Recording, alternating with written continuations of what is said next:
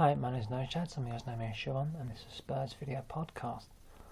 I'm going to talk about a few things, obviously the Europa League side tie tomorrow, and how I'm hoping would line up, and go from there.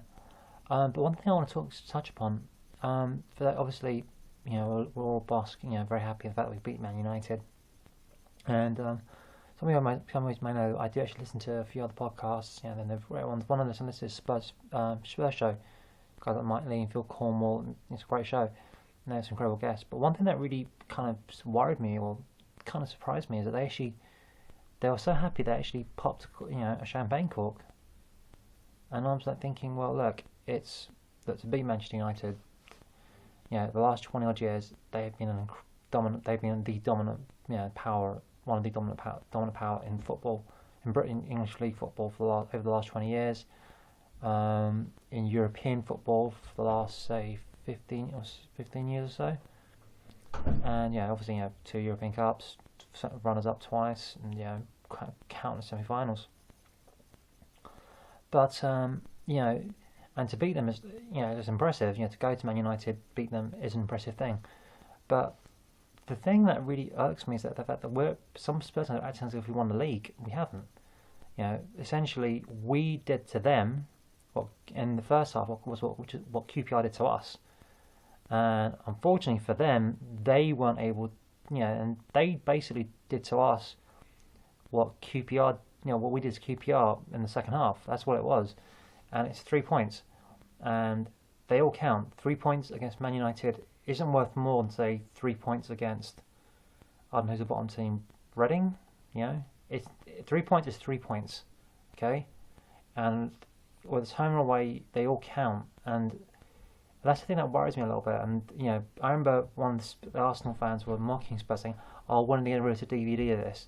And I wouldn't be surprised if we do try and release a DVD. And it's like, well, no, we shouldn't be thinking, oh, we shouldn't expect to win, but we shouldn't be like, oh, of course, we won a difficult tie.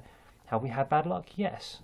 The Mendes goal, obviously. The referee. If the linesman can't, see the goal, he should call it. He can't call it, and obviously they're saying that the Vertonghen, should have been a penalty. For me personally, I think Nani did dive rather theatrically, but I've seen them given, especially at Manchester United. Well, I think we all know that which ones they have been given. And so that's a bit of a bugbear, but it happens. Sometimes you have some bad luck. Now, obviously, like Mendes thing, look, we can't expect Rod Carroll to be do a Miroslav Klose or a Power the Canio and say, look, sorry, it did cross the line. Hold my hand up. It did. I stopped it fumbling, but I did cross over the line, and go to the referee and admit it, because that'd be career suicide. No matter how sporting it is, and it's just one of those things. But I think to beat Man United is an achievement, without a doubt, and to beat them at Old Trafford is an achievement, without a doubt, but it counts for very little if you don't do the other things you have to for the rest of the season. I asked Blackburn last year, so that's just something that I wanted to touch upon a little bit. And I'd care to share your interest, not about the victory, but how we're reacting. I mean, I'm really, really interested in hearing your thoughts on this. Obviously, if you can, check out spursforum.co.uk, but that's just something that I've been thinking about. So, and on that bombshell, let's move on to something else. See what I did there, Dom? I'm playing the Greek side tomorrow. I can't remember the name of it. I don't know if it's AEK Athens, Panathinaikos. I don't think it's Panathinaikos, but I can't. Some team in Athens. So I know nothing much about Greek football. So I'm really focused on how we're going to line up. I would like to see. I think he's probably going to keep Jermaine Defoe up front, because he's on a real hot streak right now in terms of performance. Not if he's not scoring goals, his running is creating goals, and I think we should reward that. And I think because obviously we've got the Villa game on Sunday, but then I think it's a 2-week international break. So I think let's keep him going. Look, I don't want to jinx it, so I'm not going to say what could happen. But while he's fit, while he's playing, let's keep him going. And as I'll start with JD up front, I would have a rest on Bailey and Sandro, because Bale, because those guys are probably exhausted from all their running and all their excursions. I would probably start with Hudson and Sandro in that double pivot. And I'm not too sure. I actually would go with a triumvirate really of, say, then Sigurdsson on say the inside right kind of thing, kind of like in a Gerrard style position, I guess, for want of a better word. Dempsey just behind in the hole, and actually Andros Townsend on the left. Jan Vertonghen, I'm loath to risk him, but because obviously we haven't, and he's also playing well, but I don't think his performance will dip as a result. And that's not the case at all. He doesn't play, will do badly. I think we hopefully we must have some left back in the youth team playing one of those guys. The other, and right back, I think Adam Smith, play him, Stephen Corcoran, Michael Dawson, and Hugo Lloris. But I'm trying to think, I'd either Alec Pritchard, and actually play Sigurdsson, and actually have Townsend on the opposite flank, and that way we can try this inverted winger thing and just see how that works. So I'll revise that. I have Alec Pritchard, Sigurdsson in the hole, and Townsend, and actually have those three rotate. Carroll, because I think he's a very good player. I'm not sure if it's the case that he doesn't rate him, but I think he's a very good player, and I'd put him in Huddersfield and see if we can pass it. Very similar to the way Man United set up against us, where they're not going to be high energy putting their foot in, but they are going to pass the ball, pass, and you've got two pass mark. You've got someone who's a very static, like 50-yard pass, Hollywood passer, and then you've got say someone who's more involved, plays more of the short give and goes, short passes, and then we have two different kinds of passing there, and just to see how that works. I do take this competition seriously. I think you should take any competition you're in, you should take seriously.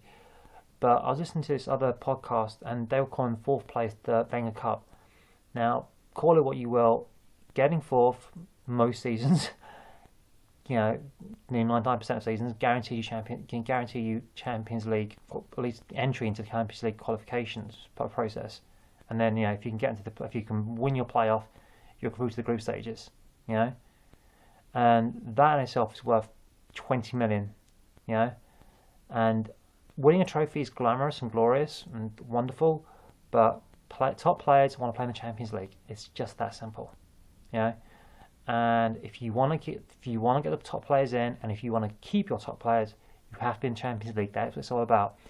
And am I glad we played with Vertonghen, who want to basically help build and be a part of this process? Yes. Could he have gone to Arsenal? Possibly, yeah. Probably, very definitely, actually, I think. But he chose to stay with us because he wants to build something. And I want players who want to be part of building something creative and then keeping us that way. It's very easy to, we saw with Luca, he didn't, he wanted to happily be part of us when we're doing something wonderful. But the minute that, it wasn't there, he just said, that's it, I'm off. And sad to lose players like that, but do you really want players like that who basically, when things go rough at the club or you're not going your way, I remember, again, I'll go to the Premier example. He felt that he was responsible for Spurs going down. He felt responsible for bringing them back up. Yeah, he felt he had responsibility for the club. Now, obviously, he'd been there since he was like 14, 15 or something. And you can't expect. And again, it's not meant to be racist. Foreign players, and I am genuinely, non-Nick Clegg sorry for insulting any foreigners, but I can't really expect foreign players to really have an attachment to a club that they weren't, unless they came up through the youth system to really have an attachment to the club. But that's just my thing really. But the Wenger Cup, whatever you want to call it, fourth, assuming that a team outside of fourth, the top four doesn't win the doesn't win the Champions League, doesn't win the Champions League, generally means you can get into the Champions League race. That's just a given. So those are just my thoughts. I'm hoping, because obviously I don't know much about this Greek side, so actually they must be pretty decent because they've actually had to qualify to get into this, and there aren't any what I call douchey teams in my for want of a better word. And like I said, hopefully we can do well. I'm gonna go for a 2-1 to us because I think on our day I think we're better than most sides without doubt, and I think we can go on and beat teams. I'm hoping that if Ryan Mason is on the subs bench, he gets the chance to play in a Dembele, either not in the Dembele position, but say behind the striker, because he's also got a lot of energy. Apparently he was playing out of position last week, so I'd like to see how good he is.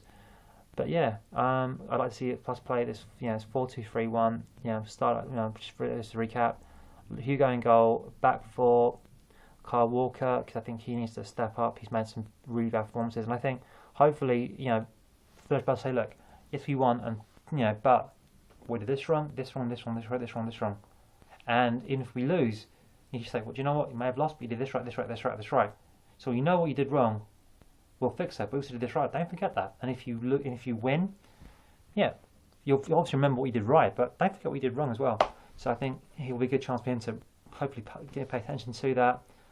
Dawson Corker, he was steady, and I think the more games he plays, especially while Cab is out, we're going to be playing Vertonghen as left back, But actually, if not Kyle Walker, definitely this Adam Smith kid. But see how it goes.